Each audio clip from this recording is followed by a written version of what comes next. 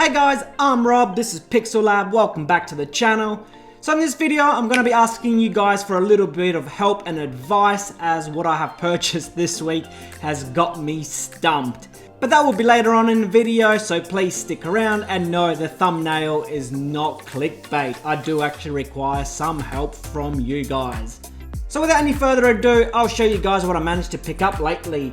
And mind you, it is not much, as I've been swamped at work. Coming up to Christmas, it's very busy, so I haven't had time to search around or pick up stuff locally. So most of my stuff has been ordered online, and unfortunately as well, it is taking forever with Australia Post at the moment, with Black Friday just finishing up and all that kind of stuff. So it might take a while before all those packages come.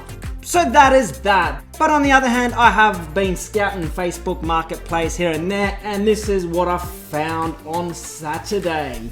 The listing was for a bunch of games, and it happens to be 5 of them, and they are Game Boy games for $50, and it is quite close to where I live, so I couldn't resist but to grab them. So this is what they entailed. Another one of those kind of garbage ones, which is one of those whatever, I'm not even sure. This is 22 in 1.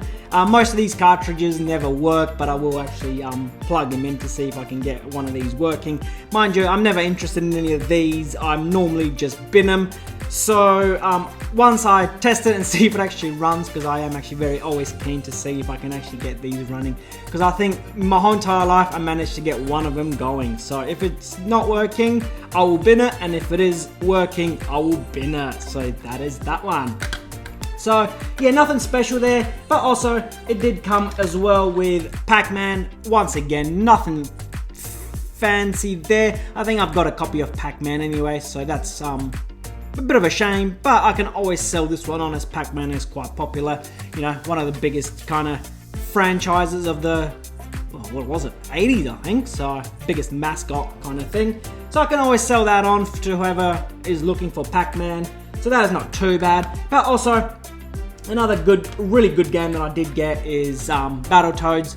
I don't currently have this on Game Boy. I did purchase this on the NES. So it's always nice to have the NES title as well as the Game Boy title and see the kind of different versions that they are. Which, mind you, the Game Boy versions are always a little bit crappier than the NES ones. So that is also quite cool.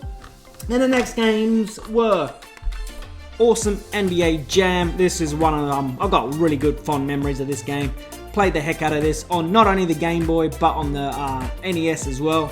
Really fun game. Very highly collectible as well, so that is awesome. And it did come with a kind of clear Nintendo case as well, so that is awesome as far as that goes. Let me just crack that open. And also James Bond 007, absolutely classic games. And mind you, I absolutely fell in love with GoldenEye. That was pretty much the game that possessed me to get a Nintendo 64 in the first place. So any James Bond titles I find on any console, I will definitely get. So that is quite cool. And I did pay, yeah, like I said, $50 for all these. But as I was there picking these up, the lady said, oh, by the way, I have a Game Boy if you want to have a look, but mind you, it does not work. So I had a look, and this is what she gave me. An absolutely beautiful Game Boy DMG grey version. Cosmetically, it is absolutely mint, but she said it does not work. So if you want it, you can have it for another $15. So me being me, obviously I'm not going to turn that offer down, because even if I can't get it working for the life of me, the shell is, like, you know, cosmetically it is absolutely awesome. So even if it doesn't work and I can't get it working, I can always use it for shell swaps, because I'd rather have an original shell than a reproduction, because the reproduction shells are absolute garbage. So for me, it was a no-brainer. I couldn't resist getting this, and obviously I took it home. I had a look, it did not power on. Then I had a look at the battery terminals, which I actually have two batteries in there at the moment, but the battery terminals were absolutely corroded to buggery. So I thought, alright, it's the terminals that aren't working. So I pulled the whole thing apart, gave it a good clean inside and out. Mind you, I probably went through around half a litre of isopropyl alcohol, but this was the result after about 45 to an hour of working on it. from it not powering on, no light, no sound, no nothing, I got this. Boom. Turns on perfectly. So I'm like, yes, I've got it working. I scored myself a DMG Game Boy for 15 bucks. You can't go wrong with that. But then I popped in a game, and this is where I need your help, guys, and I really do. I have looked absolutely everywhere for a solution to this problem, and I have not found one yet. So anyone who may know what the issue is or what might be causing this issue that I will demonstrate in a second, please leave a comment below, because I would love to have this thing resolved. So without further ado, this is the issue that I'm having. So when I get a cartridge, which works perfectly mind you, I pop him in and I turn it on. This is what happens. As you can see, the cartridge does read. Because if it does not read, you just get a black logo and no Nintendo display. But here you can see that the cartridge is reading, and mind you, I have tested every single pin connector on here with a multimeter, and they are all functioning and they do have continuity. But as you can see, it has not progressed past this title screen or this logo screen, which for the life of me, I cannot figure out why. And I will also demonstrate with the other Game Boy that I have. So this is the other Game Boy, so there's no funny business going on. This is my other Game Boy. Same cartridge, continuous cut. So there's no funny business going on. As you can see, pop him in, Nintendo logo comes up, you wait a few seconds, and the title screen of the game boots up.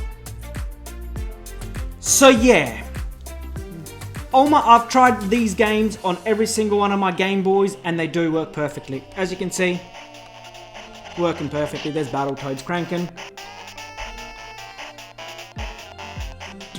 Yeah, awesome 8-bit sound.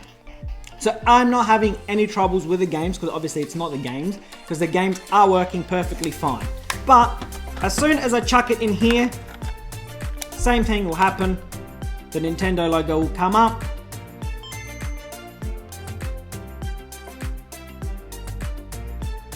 And it's frozen. So yeah, like I said, I've looked everywhere for a solution online. People have recommended silly things, which I have even contemplated of doing to a lot of it, which some of them, mind you, are literally desoldering things in here and there, which I have absolutely no intentions of, because after all, it is only a $15 Game Boy.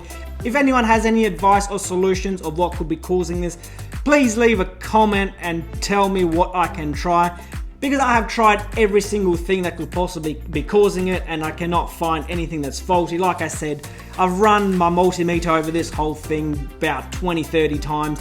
Wherever I can, I do find continuity, the pins especially, because if any of the pins weren't working, you know, that could be a cause of it or something like that. But I have tested them, they all do connect and have continuity on them. So I can't imagine it's the pins. Yes, I can obviously desolder the whole the whole cartridge holder, but I don't think I want to. So if you guys know a simple fix, or you know, relatively simple fix that might be causing it, please let me know, and I'll try to fix it and possibly make a video on it. But yeah, that's about it for this video, and thank you in advance if you can help a brother out. So I hope you enjoyed this video, guys. If you did, please consider subscribing, give me a thumbs up, and I'll catch you in the next one. Bye.